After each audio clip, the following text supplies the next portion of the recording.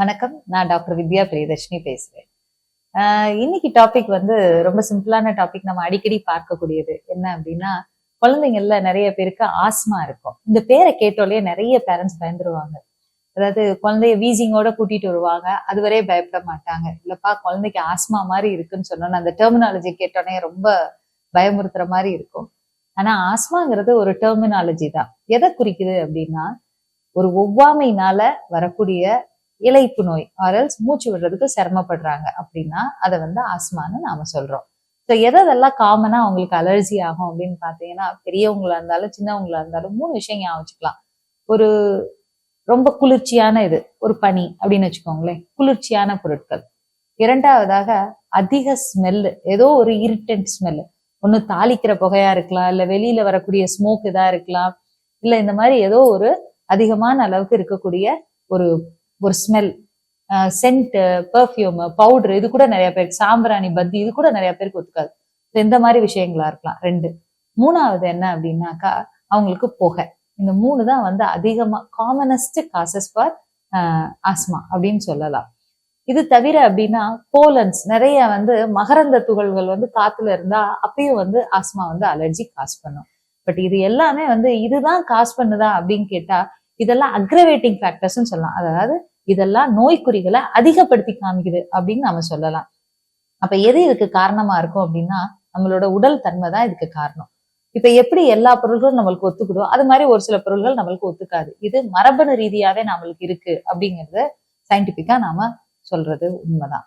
So asthma அப்படிங்கிறது மரபணு ரீதியாவே நம்மளுக்கு வர்றதுக்கான வாய்ப்புகள் நிறைய இருக்கு. ஆனா இது இந்த பர்டிகுலர் பொருள் தான் நம்மளுக்கு ஒத்துக்காது அப்படிங்கிறத நம்ம ஐடென்டிஃபை பண்றது ரொம்ப கஷ்டம். அதையும் நம்ம தெரிஞ்சுக்கணும்.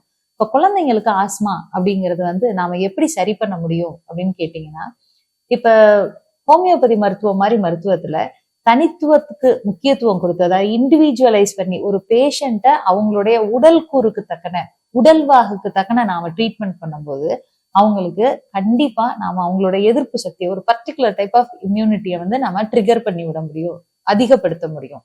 அப்படி பண்ணும்போது இந்த ஆஸ்மாவை பெர்மனண்டா சரி பண்ணிக்க முடியும் அப்படிங்கிறது உண்மை.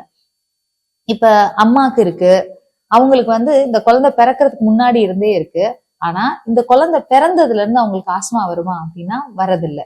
ஆனா இந்த குழந்தைக்கு ஏதோ ஒரு பர்டிகுலர் சூழ்நிலையில வாழ்க்கையில இந்த ஆஸ்மா வர ஆரம்பிக்குதுன்னு வச்சுக்கோங்களேன்.